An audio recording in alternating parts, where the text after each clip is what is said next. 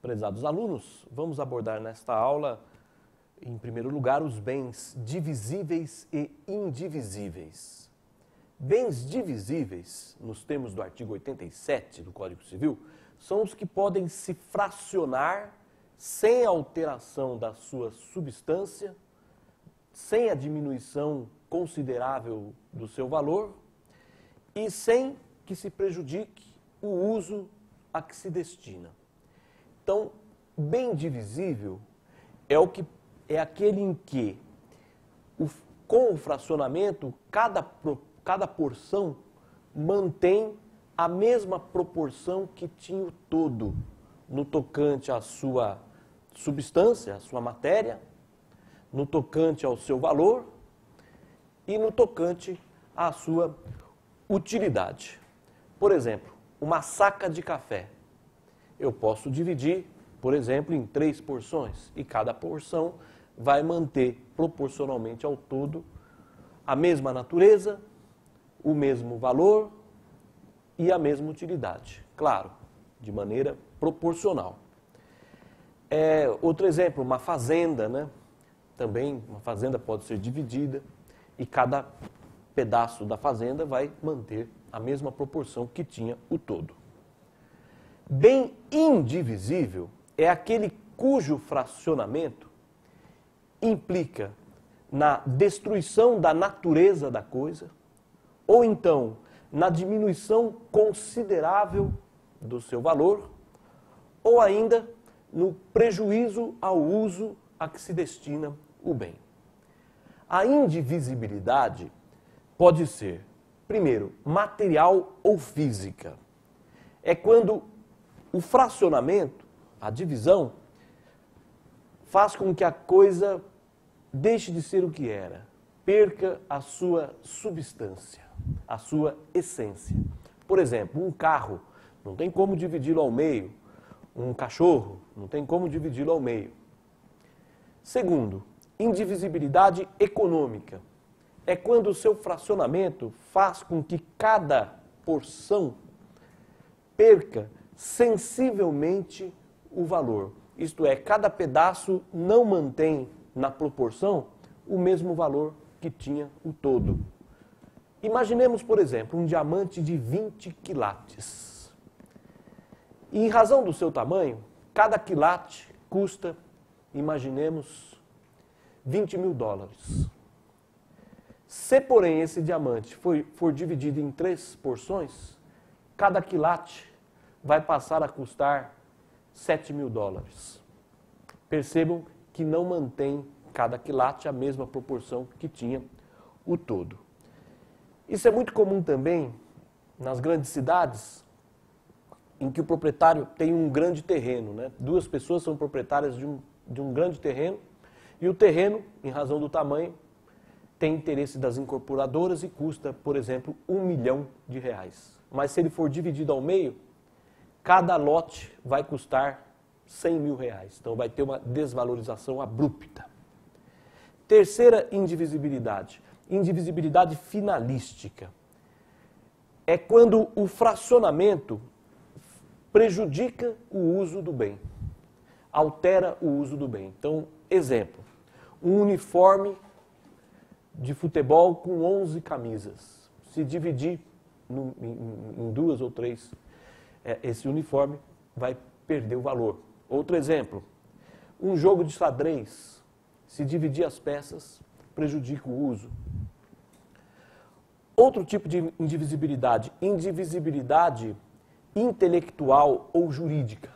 É quando o bem é naturalmente divisível, porém a divisão, o fracionamento é proibido por lei.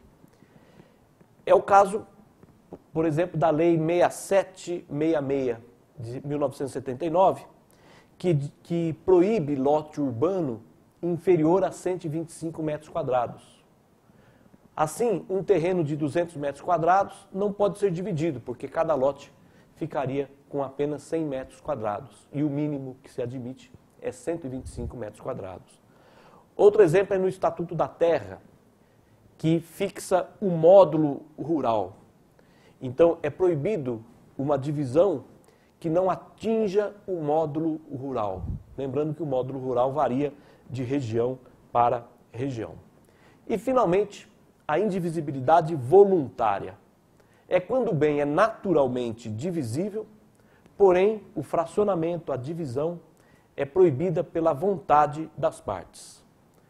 Essa indivisibilidade voluntária pode ocorrer em 3 situações. Primeira, no condomínio, que é quando 2 ou mais pessoas são proprietárias de um mesmo bem. Então, os condôminos podem, de comum acordo, proibirem a divisão do bem. Esta proibição, no entanto, não pode ser maior do que 5 anos. Tá? O prazo máximo de proibição da divisão é de 5 anos, admitindo-se, porém, prorrogação posterior. A indivisibilidade voluntária também é possível no testamento ou em doação, quando se deixa um bem por testamento ou por doação para alguém. O testador ou o doador pode colocar a cláusula proibindo a divisão desse bem. O tempo máximo de duração dessa cláusula, no testamento ou na doação, é de 5 anos e não admite prorrogação. Na indivisibilidade voluntária, em qualquer dessas 3 modalidades, o juiz pode determinar a divisão do bem antes do prazo, se alguém requerer e apresentar razões relevantes para a divisão. Artigo 1320, parágrafos 1º, 2º e 3º do Código Civil. A indivisibilidade pode atingir também bens incorpóreos, isto é, os direitos. Há alguns direitos indivisíveis. Exemplo, o direito à herança. Outro exemplo, nós temos as obrigações indivisíveis. Outro exemplo, a servidão predial é indivisível. O direito à hipoteca é indivisível. A transação é indivisível, né? O princípio da indivisibilidade da transação significa que se uma das cláusulas da transação for nula, anula-se toda a transação. Lembrando que a herança é indivisível, por isso que não se admite na herança aceitação parcial, renúncia parcial da herança. A divisão dos bens em divisíveis e indivisíveis tem efeitos práticos. Primeiro, se o bem é divisível, qualquer dos condôminos pode mover uma ação divisória para extinguir o condomínio. Então, se A e B são proprietários de uma fazenda, é possível que A mova uma ação contra B, uma ação divisória, e o juiz então prolatará uma sentença dividindo a fazenda, atribuindo a cada um deles o respectivo quinhão. Se o bem for indivisível, não é cabível a ação divisória, de modo que, se 2 pessoas são proprietárias de um bem indivisível, para extinguir esse condomínio é preciso mover uma ação de alienação judicial do bem. Aí o bem é avaliado e vendido judicialmente e reparte-se entre eles o preço obtido com a venda. Um outro efeito importante é no tocante ao direito de preferência. No condomínio de bem divisível, o condômino pode alienar, pode vender o seu quinhão para uma terceira pessoa, sem dar preferência para os demais condôminos. Então, se A e B são proprietários de uma fazenda, A pode vender a sua parte para um terceiro, para um estranho, sem dar preferência para B. Já no condomínio de um bem indivisível, por exemplo, uma casa, um carro, o condômino, antes de alienar, antes de vender o seu bem para uma terceira pessoa, tem que notificar o condômino, dando-lhe direito de preferência, tá? É o que diz o artigo 500.